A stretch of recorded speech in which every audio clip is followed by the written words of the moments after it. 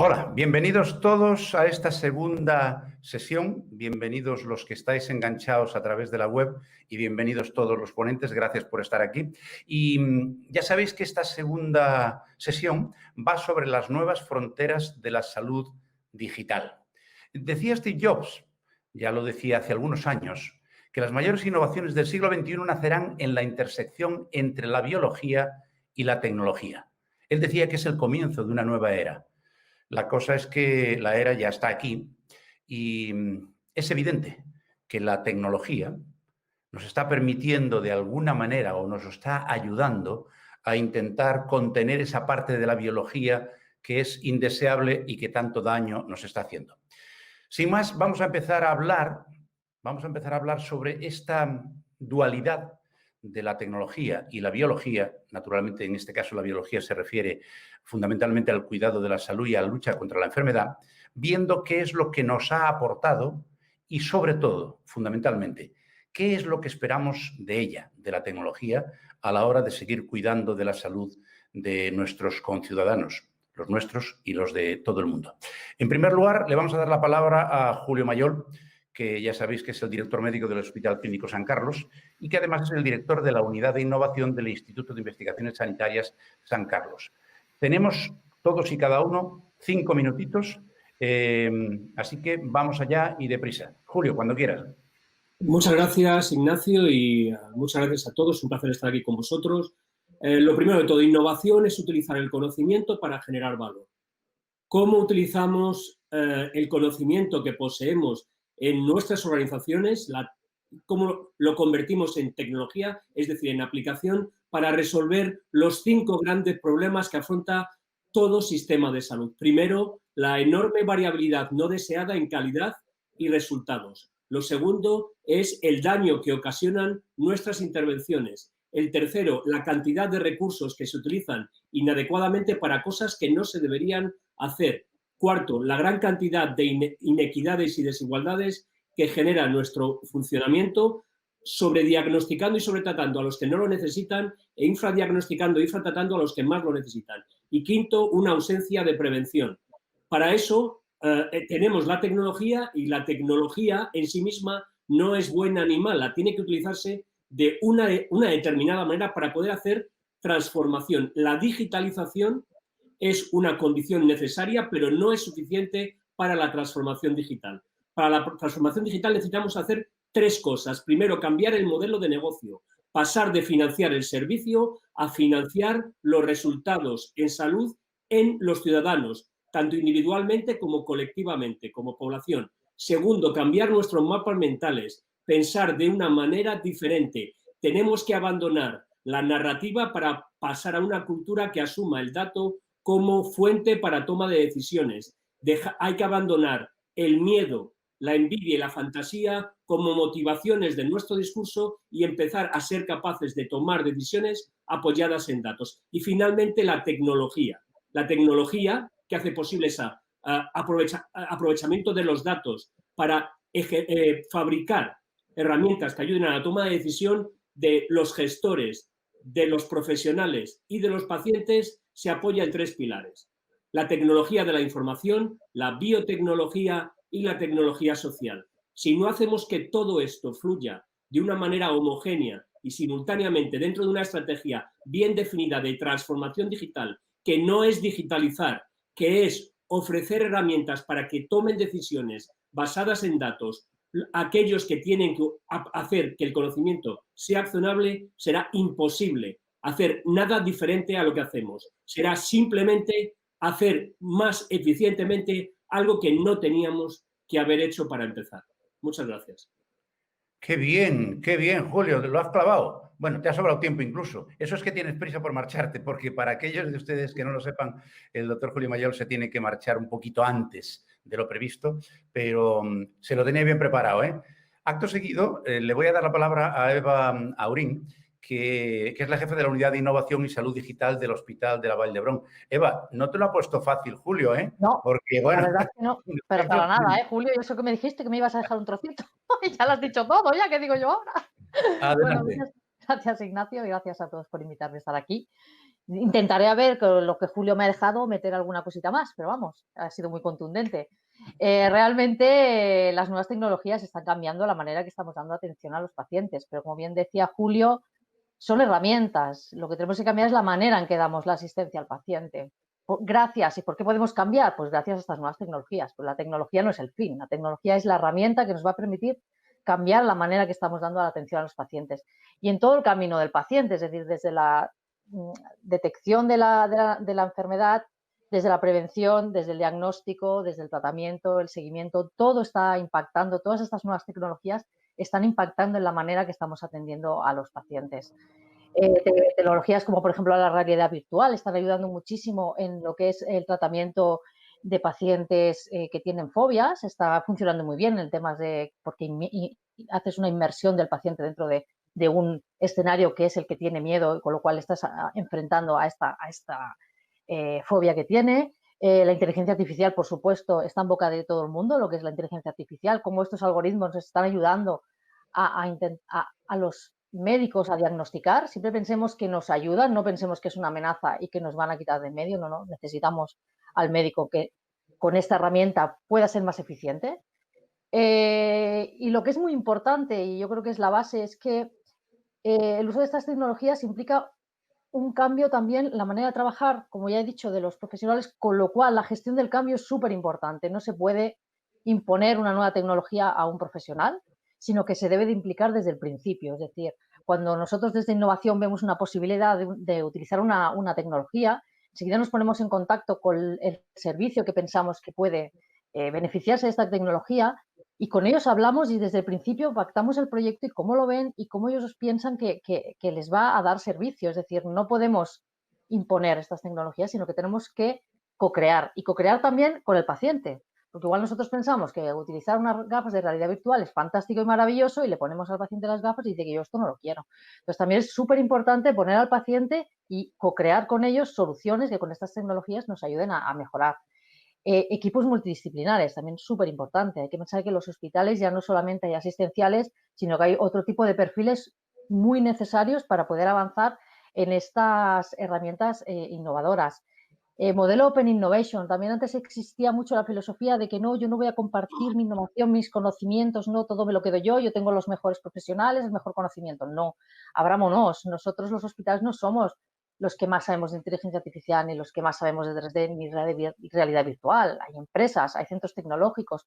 Abramos y compartamos, sobre todo entre hospitales, porque a lo mejor lo que tú has utilizado de realidad virtual no te ha funcionado y como yo no sé que tú lo has utilizado y no te ha funcionado, voy yo y utilizo los pocos recursos que tenemos ya en el sistema y vuelvo a hacer lo mismo y la vuelvo a pifiar en el mismo sitio. ¿Y por qué no trabajamos conjuntamente y hacemos enlaces y hacemos grupos de trabajo? Aparte que se crean sinergias, incluso salen utilidades que no se te habrían ocurrido porque haciendo estas sesiones de brainstorming salen cosas que no se te habrían ocurrido. Entonces, nosotros, por ejemplo, en Vallebrón lo que tenemos es un modelo de Open Innovation. Yo intento hacer todo tipo de alianzas con todo tipo de stakeholders para intentar traer la mejor innovación y compartir el conocimiento con otros hospitales y otros centros tecnológicos. Un minutito, Eva. Ya acabamos. Bueno, y muy importante también que los gerentes, desde aquí hago un llamamiento, no solo vean el coste de poner esa tecnología. Dice, claro, es que como está funcionando ahora es más barato. Bueno, sí, pero hagamos un estudio a ver del retorno que esto te va a traer. Porque si utilizando realidad virtual las sesiones, digo realidad virtual porque es el que me está veniendo a la cabeza, las sesiones de fisioterapia o de rehabilitación se acortan y tienes que traer menos al paciente y gastas menos ambulancias, sí, a lo mejor tienes un coste inicial, pero si miras los costes que te estás ahorrando, evitando visitas, evitando traslado de pacientes, también es un punto muy importante que a veces se mira lo rápido, uy, me cuesta, pero no se mira más allá y yo creo que eso también es muy importante de tener en cuenta. Bueno, ya. Y aquí lo dejo. Perfecto. Muchísimas gracias, Eva. De momento lo vamos mallando, así que continuemos por el mismo camino. Fernando Gómez Peralta, jefe de la Unidad de Endocrinología y Nutrición del Hospital General de Segovia. Te toca. Muchísimas gracias, Ignacio. Muchísimas gracias, Fundación Bamberg e Ignacio, por la invitación. Como estamos hablando de temas digitales, el mundo digital está irremediablemente y necesariamente unido a la imagen, con lo cual a mí me gustaría, si finalmente el sistema lo permite, compartir algunas imágenes con vosotros. Como decimos en Galicia, malo será. Yo soy un técnico, en este caso me tocaba hablar de telemedicina o de mundo digital y diabetes y voy a hablar de cosas muy técnicas, pero vamos, muy concretas. Sabéis que la diabetes tiene una relación bidireccional con el COVID. La COVID ha empeorado la diabetes y muchos de sus eventos de salud, y también la diabetes es uno de los factores de riesgo más importantes para la progresión y los malos resultados en los ingresos por COVID.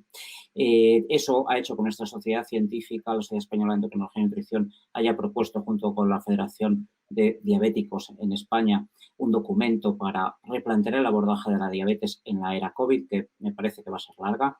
Y entre esos 15 puntos hay 2 que nos interesan especialmente, y es que propone impulsar sistemas de telemedicina accesibles a las personas con diabetes e implantar de manera homogénea unos sistemas de telemedicina adecuados, interconectados e integrados en la historia clínica digital en todas las comunidades autónomas. En la sesión anterior hemos hablado mucho de eso y hoy en las primeras intervenciones ya ha salido de las inequidades o cómo de heterogéneo está siendo la aplicación del mundo digital a la medicina en España.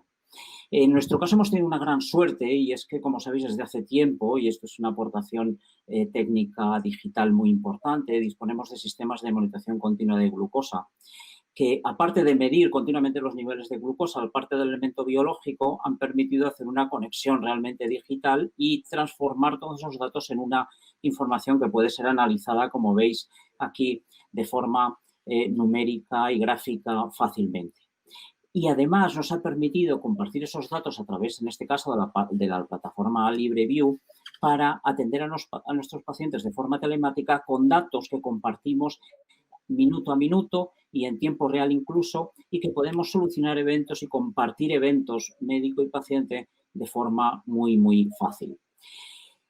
¿Cuál es el problema quizás de esto? Pues que desgraciadamente es uno de los ejemplos de inequidad o de heterogeneidad, porque no todas las comunidades autónomas han distribuido de la misma forma o están financiando de la misma forma estos sistemas.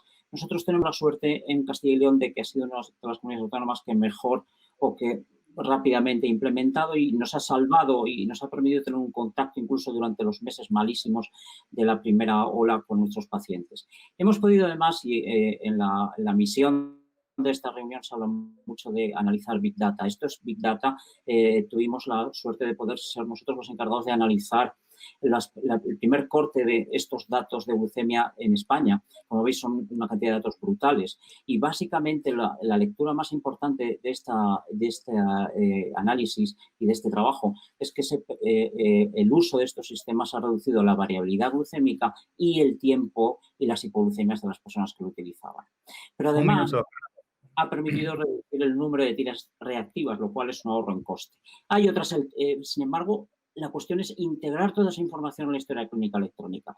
Hay herramientas, humildemente, como esta, que es una empresa española, que está proponiendo recoger e integrar todos los datos de LibreView, del monitor de glucosa y de las dosis de insulina en un único sistema, y que incluso es una herramienta que permite, como me veis a mí ahí en imagen, hacer una videollamada, hacer telemedicina real con un paciente compartiendo todos sus datos del sistema libre, de su glucosa y sus datos de las dosis de insulina. Esto es lo deseable. También, por ejemplo, en esta reunión se quiere hablar de Machine Learning. Este es uno de los proyectos en los que estamos ahora, y es que utilizando todos esos datos que vienen de la monitorización continua de glucosa por el libre, se puede predecir el riesgo de tener un evento de hipoglucemia. Esta es una pantalla real de un paciente en el que le podemos avisar de que en el futuro va a tener un evento, una bajada de glucosa en hipoglucemia y el tiempo esperado para que eso ocurra. Hemos presentado esto recientemente y son solamente algunas pinceladas reales de las cosas que buscamos. ¿Qué necesitamos? Que esa tecnología esté mucho más disponible, que se apueste realmente en todas las comunidades autónomas para integrar todos estos sistemas, para aumentar las indicaciones y la financiación a más poblaciones de las que ahora disponemos. Muchísimas gracias por vuestra atención y disponible para las preguntas o debate posterior. Solo desear que te hayan escuchado y que pongan la pasta encima de la mesa. Vamos ahora con Javier Hernández, viejo amigo, que ya sabéis que es profesor universitario de Ciencias de la Salud y además dirige el proyecto Digital Health. Javier, eso del Digital Health, como dicen en Andalucía, ¿eso qué es lo que es? Bueno, pues voy a intentar decirlo en esos 5 minutos que me dejáis. Lo primero, como miembro de la Fundación Bamberg, agradecer y además poner en valor esta serie de reuniones que yo creo que en la época del Felicidades Ignacio, para Ignacio Balboa también, por el éxito que están teniendo estas reuniones. Yo creo que cuando hablamos de salud digital o digital health, lo primero que tenemos que hacer, como decía Julio, es saber si todos estamos hablando de lo mismo, porque difícilmente se puede gestionar algo que no se puede comprender.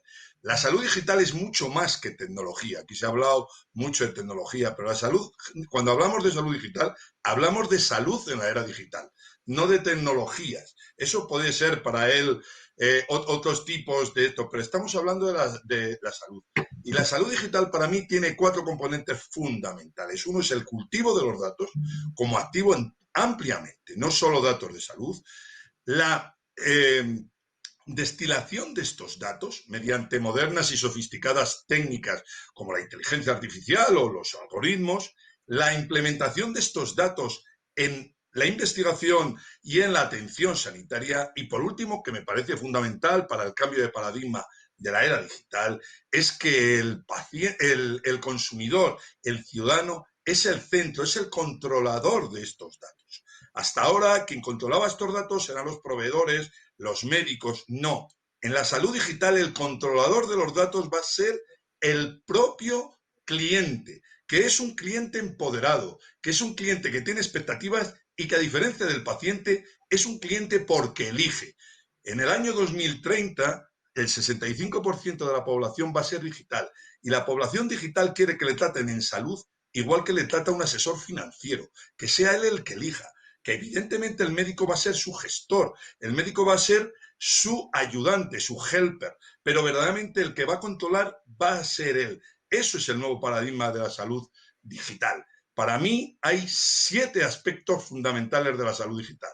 Uno es la centralidad del ciudadano. Otro, que hay nuevos proveedores. No simplemente van a ser las empresas que estamos acostumbrados, las farmacéuticas, etcétera. Está Amazon, está Oracle, está Huawei, está en estos momentos Microsoft, las 5 grandes. Estas cada día tienen más importancia en el mundo de la salud. Va a haber una convergencia industrial. Walmart en estos momentos está haciendo en Estados Unidos screening, está inmunizando en sus centros. El turismo es una de las empresas que van a converger.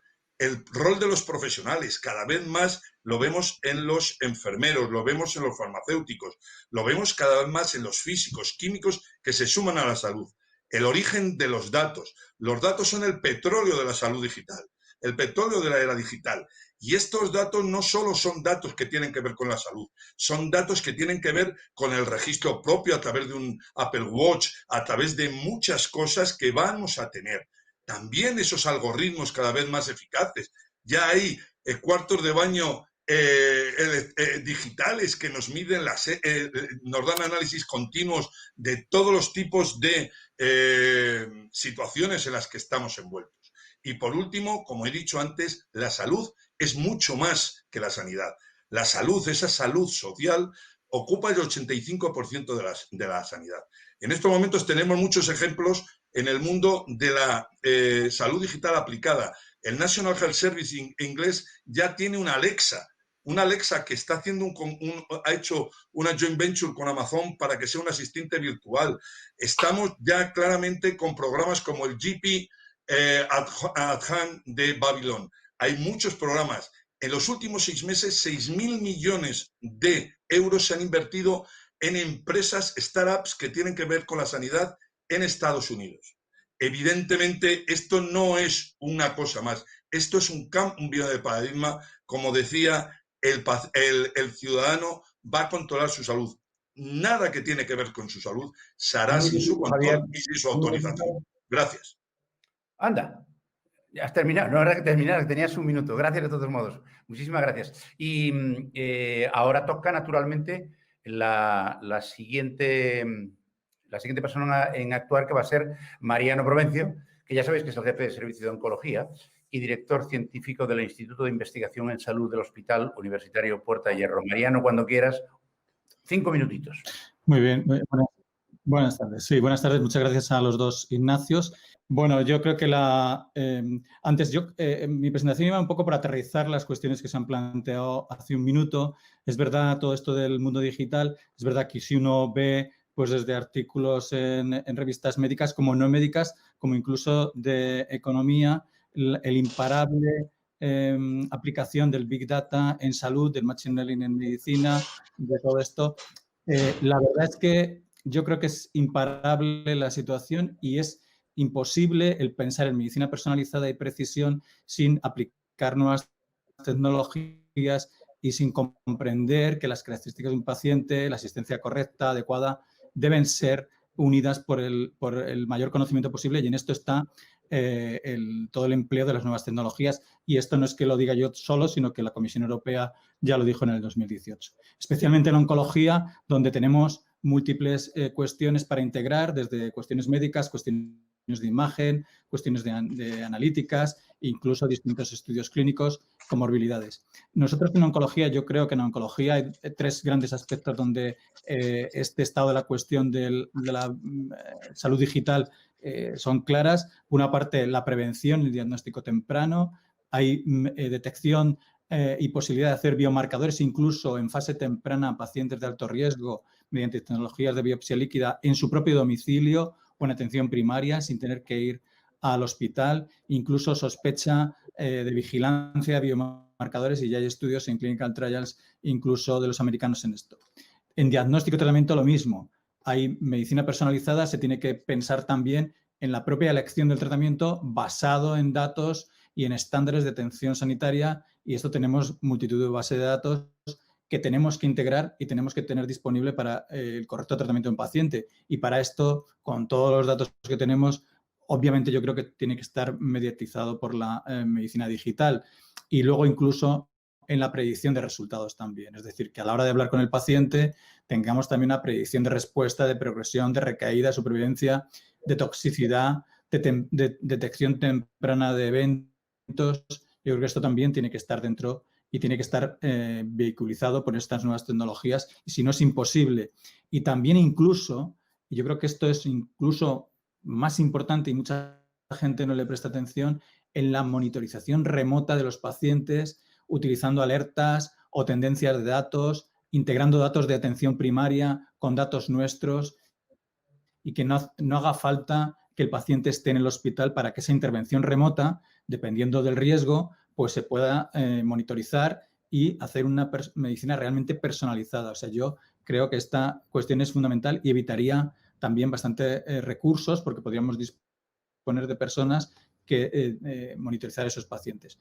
Y luego también soporte directo al paciente. Es decir, que ya hay, nosotros humildemente pues tenemos una OncoApp que está desarrollada dentro de un Horizonte 2020 que tenemos, y que hace de autogestión a los síntomas y de dudas al paciente, de forma que pues hemos evitado un número sensible de visitas anticipadas o de ingresos a consultas no previstas, y también a urgencias, ¿no? Y esto ya hay un montón de cosas, incluso hay avatares en el que el paciente pues no solamente ve una información, digamos, fría, sino que un avatar con una presencia física pues le informa de estas cuestiones, ¿no? Yo creo que esto se puede hacer. Y luego también yo creo que no hay que olvidar que el soporte a la investigación y a la gestión es fundamental. Es decir, la identificación de casos para cáncer y la investigación clínica de forma estructurada y que nos pueda asociar al paciente para un ensayo clínico, por ejemplo. Igual que también a la hora de, bueno, también de captar ensayos clínicos en nuestra propia actividad, y que nos dé financiación también para esto, ¿no? Nosotros en nuestro hospital y en mi servicio concretamente tenemos ahora mismo 4 estudios del 2020 financiados por la Comisión Europea, y el último hemos sido ya el socio principal, el partner, y tenemos una serie hemos iniciado este año de medicina personalizada apoyada en el Big Data, con mecanismo de decisión basado en esto, con un consorcio europeo de 6 países, ¿no? Y veremos a ver, y basado en largos supervivientes. Esto tampoco es fácil, porque los sistemas, por mucho que estén digitalizados y tengamos historia electrónica, tampoco están preparados. Tenemos un texto libre, y esto analizarlo pues es realmente una cosa de chinos, por no hablar de, perdón por los chinos, por no hablar de las cuestiones de integración de la radiómica o de los biomarcadores, que tenemos muchísimos, y hacer análisis pan-cáncer de multitud de biomarcadores, realmente una labor ardua, pero en esto estamos. Y yo esto es donde globalmente enmarcaría todo esto de la medicina basada en las nuevas tecnologías, ¿no? Muchas gracias. Perfecto, Mariano, muchísimas gracias. Y ahora viene la parte en la cual la industria tiene algo que decir. Por ejemplo, Chelo Fernández, que viene de Chiesi y que es la especialista en Digital Innovation. ¿Eso qué quiere decir, Chelo? Buena pregunta, buena pregunta. Yo intento explicárselo mucho a mi madre muchas veces, pero tengo la sensación de que no lo consigo. Voy a intentarlo aquí. A ver, estamos hablando de transformación digital. Y ya se ha apuntado que esto de la transformación digital, pese al nombre, que a veces nos ha ido muy en contra a los que nos dedicamos a esto, va de tecnología, sí, tampoco hay que negarlo, pero al final la tecnología, como apuntaba Eva, o sea, es que no es el fin, es el medio. Es un medio muy poderoso, es un medio muy potente que nos permite hacer cosas que sin ella serían impensables y que sobre todo tenemos que tener muy claro que cuando le añades esa capa que te permite hacer la tecnología y que humanamente es imposible por capacidades, las capacidades humanas no llegamos, entonces es cuando tienes lo que yo llamo, se habla mucho de inteligencia artificial, ¿no? Me gusta hablar de la inteligencia aumentada, que viene a ser la suma de la inteligencia artificial con la inteligencia natural. Y de eso es de lo que se trata, de poner esa tecnología a disposición, en este caso del sistema de salud, para ir mucho más allá. A mí me gustaría hacer un inciso y decir que la buena noticia para esto de la transformación digital en cuanto a salud se refiere es que el cliente último, el paciente, y todos nosotros potencialmente lo somos, sociedad civil, por primera vez en la historia vamos por delante de la industria y vamos por delante de las organizaciones. Esto no se había dado nunca en la historia. Es decir, las transformaciones, las grandes revoluciones, siempre habían sido lideradas por organizaciones, industria. Esta vez, si os fijáis, cada uno de nosotros, cada uno de los aquí presentes y nuestros familiares y el resto de la sociedad, somos los primeros que nos hemos transformado digitalmente. Y eso sucedió desde que Internet irrumpió en nuestras vidas y después vino el señor Steve Jobs y nos proveó de esta cosa que llamamos smartphone. ¿De acuerdo? Nuestras vidas cambiaron radicalmente, nuestros hábitos cambiaron, consumimos diferente, pensamos diferente, hacemos cosas diferentes. Eso es transformación digital. Cuando has cogido la tecnología y la has interiorizado en tu vida de tal manera que haces las cosas de una manera completamente distinta. Eso es transformación digital. Y esta reflexión que he hecho, que puede parecer trivial, abre un debate muy profundo. ¿Por qué somos digitales en nuestra vida personal y no somos digitales y no nos hemos transformado en nuestra vida profesional? Porque ahora hablamos de transformar el modelo sanitario, pero si nosotros como individuos ya nos hemos transformado. Y incluso las personas que trabajan en la sanidad. Pero resulta que cuando llegan al trabajo, cuelgan el hábito de transformado digitalmente y vuelven a comportarse de una manera analógica. Por lo tanto, el problema lo tiene de alguna manera, el que no se ha transformado es el sistema sanitario.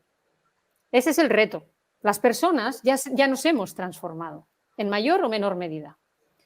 El tema es que esa transformación, y aquí estoy de acuerdo con Eva, esa transformación en el ámbito profesional tiene que ser acompañada, tiene que ser bien gestionada. Porque de lo contrario, esto de la transformación digital se puede hacer de muchas maneras. Y hay muchas organizaciones que ya lo han hecho, muchas que han fallado y algunos casos de éxito. Y tan valiosa es una cosa, unas lecciones como las otras, para saber realmente la mejor manera de afrontar esta transformación con más garantías que nos permita hacerlo en menos tiempo y con menos sufrimiento, para que tengamos un mayor retorno de la inversión. Y no hay muchos secretos. Básicamente son 3 palancas y ya tocó una. Las personas, el acompañar a las personas, el tenerlas en cuenta, el abrirnos, el cambiar la mentalidad, ese cambio de mindset, que eso es lo más difícil de todo. Porque la tecnología la tenemos preparada desde hace mucho tiempo, está madura desde hace mucho tiempo, nos está esperando. Básicamente está esperando que le digamos qué queremos de ella, en qué queremos utilizarla. Pero está ahí y funciona y ya está aprobado. Y el tema un minutito, Chelo. Muy bien. Y el tema de las personas también nos hemos transformado digitalmente. Luego, el verdadero reto, ¿quién lo tiene? Lo tiene realmente el sistema sanitario, que sea capaz de organizarse y de vehicularlo para hacerlo de la manera más efectiva. Qué bien. Tenías todavía 45 segundos más. Muchísimas gracias, Chelo. Javier Herrero, de Alma Médica. Venga, vamos allá. Buenas tardes, gracias Ignacio, gracias Bloomberg. La verdad es que me habéis dejado el listón como muy alto y está desconcentrado porque estáis diciendo cosas muy importantes todos. Es evidente, arranco con lo más importante que creo que es el paciente. Yo, aparte de presidente de Alma, que es una ingeniería de software médico, que estamos dando servicio a varias comunidades de España, soy médico y yo no puedo dejar de pensar como médico en ejercicio. Estoy en estos momentos en el hospital. Yo pongo el paciente en el centro, tenías razón. Estamos en el momento del empoderamiento del paciente. El paciente es el propietario de su enfermedad y debe ser el propietario de sus datos. Yo soy custodio de los datos de mi paciente y yo soy optimista por naturaleza y estoy convencido que esa situación que estamos viviendo de pandemia, que a todos nos ha cogido de imprevisto, creíamos que todo esto era historia de la peste de cocos, no, estamos todos encerrados, pero vamos a salir fortalecidos como sociedad, vamos a salir mucho mejor y sí o sí vamos a utilizar la digitalización para, como decía Chelo, las habilidades que necesitamos. No ver una película en casa, no hablar con los amigos, sino realmente para cosas realmente importantes como es la salud. Y la salud, todos sabemos que es el centro. Mientras estamos sanos no es importante, la salud es cuando estamos enfermos o cuando tenemos miedo de estar enfermos. Y la salud digital, nos guste o no nos guste, vamos a digitalizar nuestra salud en este año que nos queda por delante, porque no tenemos otro remedio y así somos la sociedad. Podemos estar hablando mucho, pero es que ahora debemos y tenemos que hacerlo. Y la tecnología existe. La tecnología existe. Si estamos haciendo impresiones 3D de todas las cosas, ¿cómo no vamos a poder imprimir un hueso? La tecnología existe porque nosotros... una plataforma de gestión de datos, un Dropbox de medicina, un marketplace de inteligencia artificial, es sencillo, es complejo, existe. Lo que tenemos que es emplearla y bajarla. ¿Pero para qué? Algo muy importante, para humanizar la sanidad. Es decir, la digitalización de la sanidad significa humanizar la sanidad. Cuando un médico en un momento determinado está viendo 5 minutos un paciente, porque tiene muchos pacientes, o puede digitalizar esas visitas televisivas, lo que está haciendo es humanizando. El paciente se siente cuidado. Yo no quiero, lo que quiero es sentirme cuidado por mi médico, o por mi enfermera, o por mi gestor, o porque necesito los análisis del laboratorio, o porque necesito saber dónde está mi historia clínica, o porque quiero hacer una consulta secundaria. Si tengo una diabetes, necesito saber que estoy cuidado. Al final, claro que es importante el transfer con el médico, pero lo más importante es saber que estás cuidado. Yo creo que la salud digital, me habéis sorprendido en este foro porque hemos estado tratando temas muy, muy importantes y que Eva, tenías toda razón, que el conocimiento transversal es imprescindible. El privilegio del COVID es que hoy estamos aquí todos chateándonos, todos en nuestra casa, no hemos perdido tiempo, no hemos ido de viaje, no estamos fuera de casa, podemos ver a nuestra familia, pero sin embargo estamos transformando información. No sacaremos nada concreto porque el objetivo de hoy es de poner encima de la mesa que tenemos que estar todos juntos, poner encima de la mesa que entre todos tenemos que construir algo, poner encima de la mesa, es decir, pobres gestores hospitalarios, si no tienen un duro, yo soy industria, no tienen dinero, todos somos conscientes, no lo decía el presidente de Extremadura, si tuvieran recursos podrían jugar en primera división. Bueno, pues con el dinero que tenemos lo que tenemos que hacer es optimizarlo y lo que sabemos es que la tecnología abarata, es mucho más a nadie se les ocurre en cualquier oficina no tener una centralita de teléfonos. La centralita abarata. Antes tenían 15 números de teléfono y ya tenemos una centralita. Abarata. El mail abarata. Hoy hemos abaratado con esta charla. La tecnología abarata. Lo que pasa es que tenemos que ponerla encima de la mesa y también tenemos que tener arrojo, tenemos que tener valor y tenemos que juntarnos todos. Y nadie ha inventado la rueda aquí. No pretendemos Steve Jobs, vale, pues sí, inventó la rueda, pero no la vamos a inventar nosotros. Lo que nosotros tenemos que poner es la rueda en un carro, empujarlo entre todos y poner motor y, sobre todo, pensar en el paciente que no puede estar más tiempo sin la aportación de todo nuestro trabajo. Un poco más. El método es que alguien que diga algo más importante, porque de verdad estabais diciendo cosas muy importantes, Fernando, Mariano y Chelo. Chelo también me has abierto los ojos. Y Javier, yo cedo los medio minuto que me queda. Muchas gracias, Ignacio. Gracias a ti, Javier. Y vamos... Perdón un segundo. Dime. A la Fundación por el alto nivel del foro que he organizado. Pero eso no es por la Fundación, es por los participantes. Bueno. Muchas gracias. Nos queda una última intervención antes de pasar a las preguntitas, que todavía disponemos de algo de tiempo, gracias a la brevedad con que os habéis expresado. Ángel Anuza, que es el director de salud de Indicen. Ángel, cuando quieras. Bueno, pues muchas gracias por la oportunidad. La verdad es que está complicado porque prácticamente todos los puntos que podría haber tocado los habéis mencionado. Eso te pasa por el último. También podría decir que la tecnología que se ha nombrado muchas veces también ayuda a democratizar. Ayuda a democratizar el conocimiento y ayuda a acercar las capacidades que ofrecen a todo tipo de profesiones y a todo tipo de ámbitos. En muchos casos estamos viendo, pues hemos visto el ejemplo os han comentado ejemplos en el área de imagen médica o en la interpretación de datos. No siempre disponer de esa expertise o ese gran conocimiento, porque no todo el mundo tiene esa posibilidad de haber estado formándose durante años, y la tecnología lo que hace es democratizarlo. Nosotros, por ejemplo, lo estamos viendo en los desarrollos que llevamos en el área de imagen médica, el uso de inteligencia artificial o procesamiento de lenguaje natural. Lo que estamos haciendo es democratizar un conocimiento que es muy amplio y muy vasto para que sea posiblemente explotable tanto por el profesional sanitario como por el propio usuario.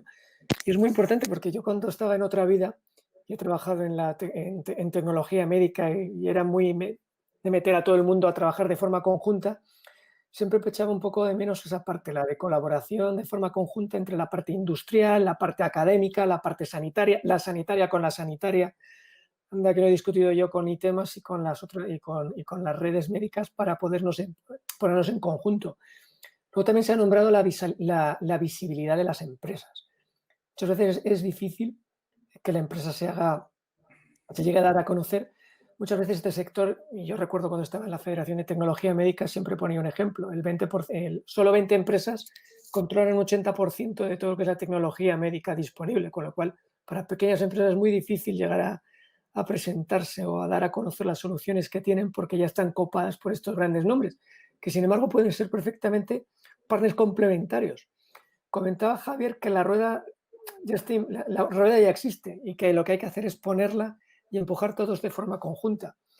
Yo estoy totalmente de acuerdo, y también hay que pensar que la rueda empezó como siendo de madera, ahora estamos con ruedas de caucho, ya hablamos de ruedas que no se pinchan, de ruedas que no tendrán cámara red, entonces siempre hay un proceso que se puede ir mejorando, y precisamente esta relación, la tecnología nos ayuda a mejorar, la interrelación y el que nos conozcamos todos, pues nos ayuda a mejorar. Yo recuerdo una frase que salió en Mafalda, aprovechando ahora que Kino pues nos dejó, y era de la Madre Teresa de Calcuta hablando, cuando tú sabes que haces una cosa bien y otra persona hace la diferente, que es diferente a la tuya, pero entre los dos trabajando de forma conjunta se puede llegar a dar una solución completa. Nosotros como industria tenemos ese conocimiento tecnológico amplio, como bien ha comentado Eva. El sanitario o el sistema conoce muy bien su ineficiencia, sus deficiencias, sus carencias y lo que le gustaría tener. Y nosotros como industria lo que debemos ser capaces de llegar a ese punto en el que conocer lo que él necesita, yo entender lo que necesita para poder ofrecer lo que realmente está demandándome. No, contrario, lo habéis comentado en muchas intervenciones, no hablar del sexo de los ángeles y poner la tecnología, porque si la tecnología por sí sola nunca va a funcionar. Va a ser una capa más, va a ser un elefante. O va a ser el hipopótamo que ponía Manuel Desco en muchas presentaciones, el hipopótamo que chafa multitud de proyectos, porque al final estás poniendo capa sobre capa sobre capa sobre capa sin resolver las ineficiencias anteriores. Y es algo que hemos ido viendo a lo largo de estos tiempos. Somos muy dados a poner una capa sobre otra sin haber resuelto primeramente el problema que generó esa fase inicial. Con lo cual, yo, bueno, me encantan este tipo de reuniones porque veo que todavía tenemos mucho trabajo por hacer, lo cual para la parte industrial está muy bien, porque ahora pues veo que tenemos oportunidades para la parte asistencial también, porque ya vemos que existe ese cambio en el discurso de que cada vez hay que acercarse más a la parte tecnológica. Ojalá existiesen esos presupuestos y no fuesen finalistas y estuviesen totalmente destinados. Eva, te comprendo perfectamente el tema de querer invertir o comprar o desarrollar un proyecto y que el gerente te diga, mira, lo siento chico, pero es que esto es un coste hoy y no voy a ver que dentro de 2 años voy a tener un retorno porque a mí me están midiendo por lo que sea capaz de gestionar y ahorrar hoy. Pero yo creo que, bueno, este tipo de iniciativas y reuniones poco a poco pues vamos a conseguir que esa forma de pensar cambie y realmente nos posicione en el nivel que estamos. Porque tanto a nivel asistencial como a nivel tecnológico y de empresas yo creo que tenemos muy buen nivel. El problema es visualizarlo. ¿Listo? Listo. Muchas gracias, Ángel. Lo habéis hecho tan bien que disponemos de 15 minutos, no os lo creáis, 15 minutos para preguntitas. Entonces, a mí la primera que se me ocurre es la siguiente. Y me gustaría que, para que pueda haber más preguntas, respondieras con sota, caballo y rey. Por ejemplo, Mariano, en lo tuyo, ¿en qué te ha ayudado o en qué te ayuda en tu práctica clínica diaria la tecnología a día de hoy comparado con, vamos a poner un margen temporal, 10 años? ¿Qué es lo que te ha resuelto a ti o qué te ha ayudado? 3 cosas. Dale al micro.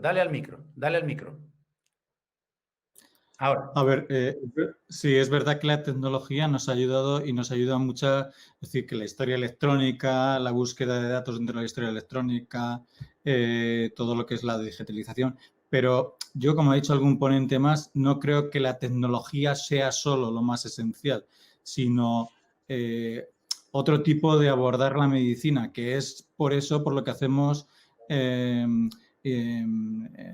proyectos de investigación, porque actualmente si no, no los puedes desarrollar. Y es realmente transformar la relación que tienes con el enfermo y con otro tipo de situaciones relacionadas con el propio enfermo y el seguimiento, ¿no? Y esto la tecnología no nos ha dado esto, porque quizá porque las propias, digamos, la institución, la administración tampoco ha dotado, antes no sé quién lo ha dicho, de ordenadores, pero no es eso solo. No, falta una traslación de lo que es la tecnología que tenemos a realmente un cambio de mentalidad y una relación con el enfermo distinta. Es decir, tenemos ordenadores, tenemos información digital, tenemos historia electrónica, pharmatools para prescripción de fármacos. Efectivamente, eso hace 10 años yo me acuerdo que lo hacíamos a mano, pero con papel autocopiativo. Está claro que hemos mejorado muchísimo. Esto es así. El poder ver desde casa las historias clínicas de los pacientes cuando estás yo no hago guardias, pero en cualquier momento puedes entrar desde aquí y alguien que está en el hospital te puede preguntar y tú ves en ese momento lo que le está ocurriendo al paciente. Y hace 10 años esto era impensable y era una cosa de los americanos, y cuando ibas al hospital americano veías la historia electrónica y te quedabas con la boca abierta. Efectivamente hemos mejorado muchísimo, pero creo que nos falta dar un salto de calidad en otras cosas. Perfecto. Con esa tecnología. Chelo, tú hablaste antes de inteligencia artificial. Decía un amigo mío que eso es un oxímoron. Si es artificial no puede ser inteligencia. Pero lo que sí debe ser inteligente, por supuesto, es el uso de aquello que la tecnología nos permite tener y que antes estaba desparramado. Mi pregunta es, hablando del sistema sanitario, ¿estamos realmente en disposición de poder compartir primero y utilizar adecuadamente después toda la cantidad de información de la que ya se dispone en el sistema sanitario, o haría falta de verdad, primero, un cambio de cerebro a algún dirigente y segundo, que seamos capaces, los médicos, de compartir gracias al sistema y poder exprimir todo lo que puede dar de sí, eso que llaman ahora Big Data y demás? ¿Estamos en condiciones de hacerlo en el sentido de que la tecnología lo permita? Sí, sobradamente. Y hay muchos ejemplos, además, de casos reales en los que esto ya ha sucedido. Hay casos, por ejemplo, en Chile y Argentina, que ya en el 2015, quiero decir, ya han pasado unos años, de éxito en los que se han conseguido, gracias a la inteligencia artificial y en la compartición de datos, como tú estás apuntando, gracias a esto se consiguió que realmente el diagnóstico de determinadas enfermedades se acortase en el tiempo drásticamente. Y además de una manera muy eficiente porque, y alguien lo apuntó, sí, creo que era Javier, que habló de un cambio de roles en todo esto, detrás de todo esto. Pues realmente el rol del médico haciendo diagnósticos cambia en el momento que mete la capa de inteligencia artificial y la pasa a utilizar como una herramienta. ¿Por qué? Pues porque la manera de diagnosticar cambia. Ahora, ¿qué hacemos? Empezamos por, dependiendo de la sintomatología, aquello que nos parece que es más grave y lo vamos descartando. Esto se traduce en que hay determinadas enfermedades que nos cuesta muchísimo tiempo llegar a poder diagnosticar. Y mientras tanto, el paciente está pues sufriendo la enfermedad. Ahora hacemos lo que tú has dicho, compartimos datos y aplicamos la tecnología utilizando concretamente la inteligencia artificial. ¿Qué hace la inteligencia artificial? No sigue ese proceso clásico, tradicional, para diagnosticar. Cruza millones de datos, lo que decíamos antes de humanamente imposible, pero para una máquina es perfectamente posible, es capacidad de cómputo. Cruza millones de datos y encuentra que lo más probable es que a esta persona le pase esto. ¿Y cuál es el rol del médico ahí? Pues realmente ratificarlo. Pero ya vas directamente a hacer las pruebas diagnósticas en base a que lo más probable es que tenga eso. Y te evitas todas las otras pruebas diagnósticas. Esto es tiempo y dinero. Y es un ejemplo clarísimo. Y esto ya ha sucedido en el 2015. ¿Por qué no sucede en España? Buena pregunta. Hablemos, tú lo has apuntado, hablemos a nivel de hospitales, ¿no? Claro. Hablemos a nivel de compartir, lo decía también Eva, colaborar, co-crear, compartir. Es que hay un cambio de mentalidad importante, sí, a nivel dirigente sí, pero también a nivel de todos y cada uno de nosotros. Esto va de otra cosa y hasta que no empecemos a funcionar de otra manera, no podremos sacarle el rendimiento a la tecnología. O sea, que no culpemos a la tecnología porque no me proporciona. Sí, te proporciona. La barrera la tienes tú. Hay que romperla. Gracias, Chelo. Fernando, en tu experiencia personal, es evidente que hay una utilidad tremenda por parte de eso que se llama genéricamente telemedicina. El acceso a los datos directamente al paciente cuando está en su casa y no necesita ni ir al centro de salud ni al hospital. La pregunta es, ¿el sistema ha hecho el esfuerzo suficiente de eso que llaman ahora en política de pedagogía para hacerle comprender al cliente la importancia que tiene su colaboración o eso que decía antes Javier Hernández, el empoderamiento? No temía. No lo creo, pero empezando porque el propio sistema ni siquiera estará corriendo de forma apresurada en esta situación, pero ni siquiera tenía dimensionado esto.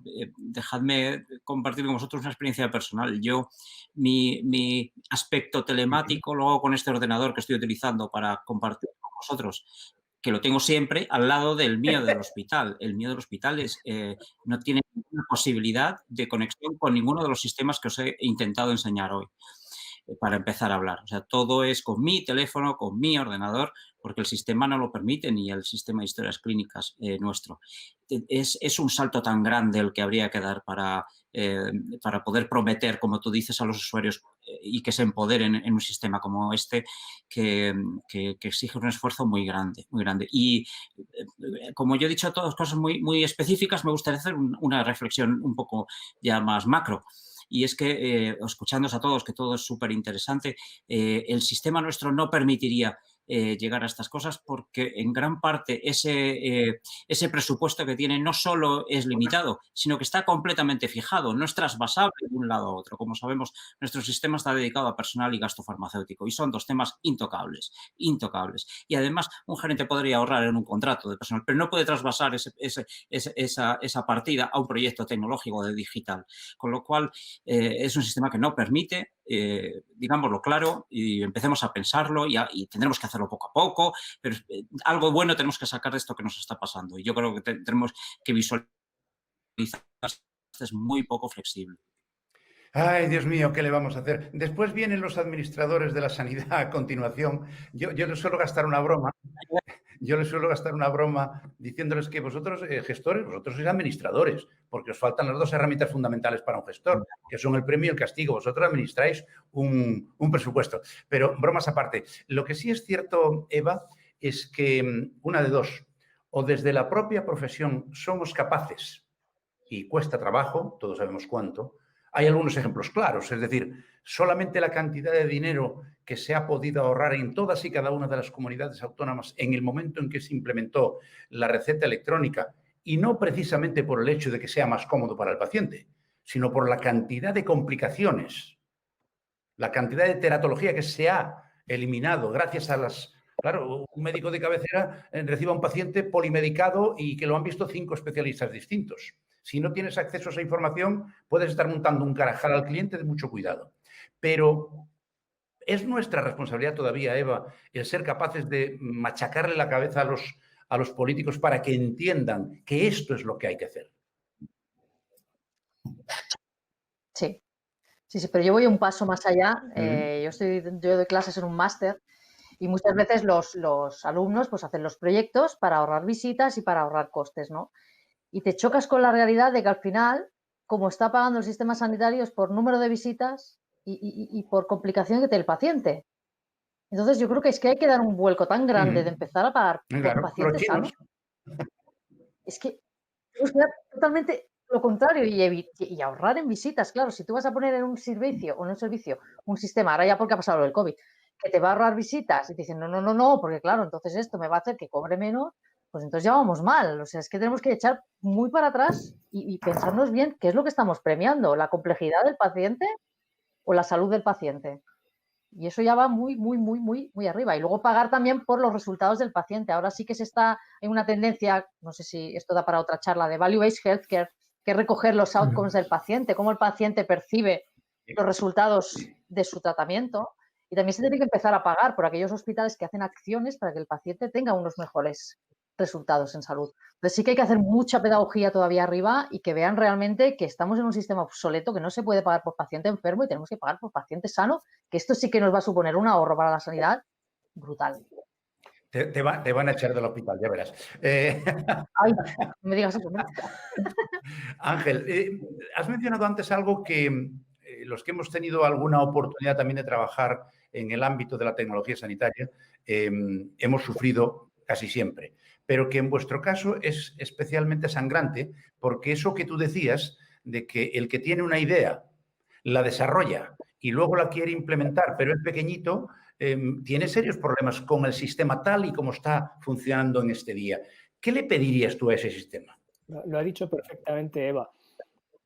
Es que para que una empresa pequeña pueda llegarmente a acceder, el sistema tiene que cambiar totalmente la dirección que tiene ahora.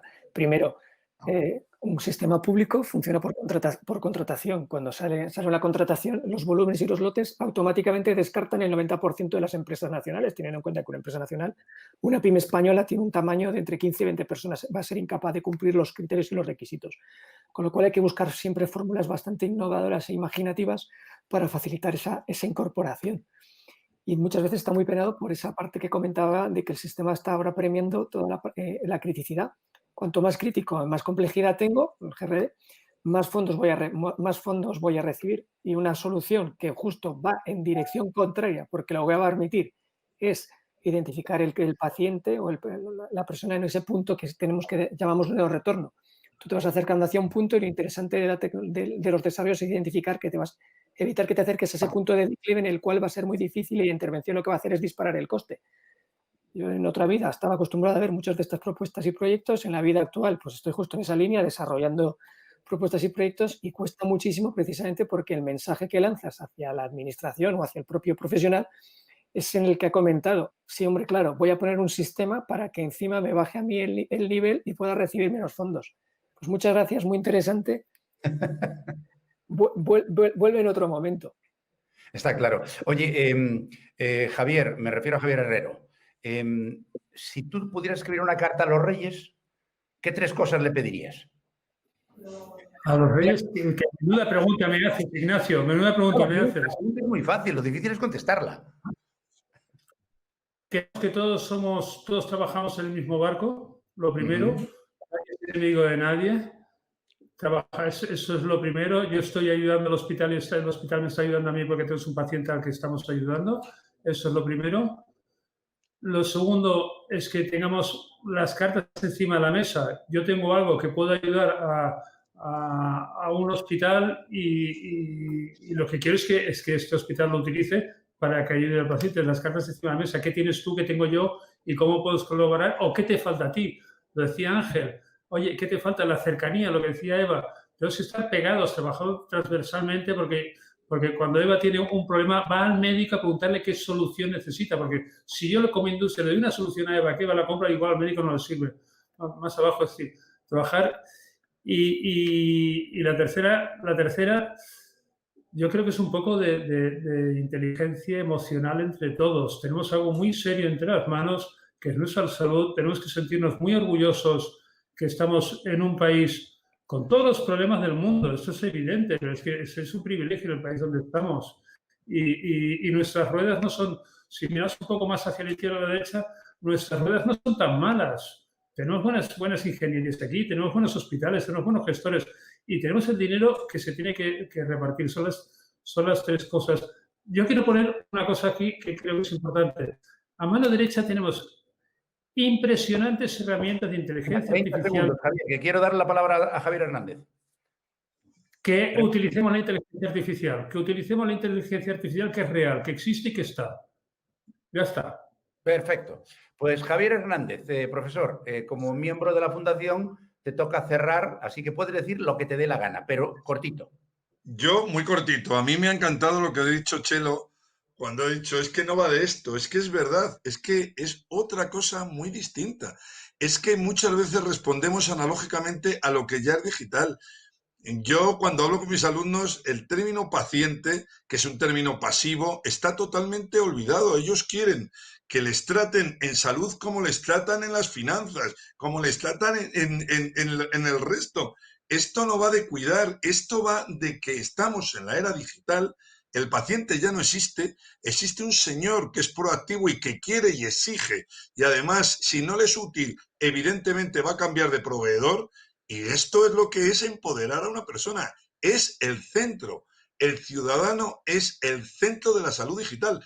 Y no olvidemos una cosa, que estamos hablando de salud digital, ¿verdad, Chelo? Pero es que la salud cuántica está a la vuelta de la esquina. Google ha puesto en marcha un ordenador que en 200 segundos hace lo que el superordenador digital más potente hace en 10.000 años.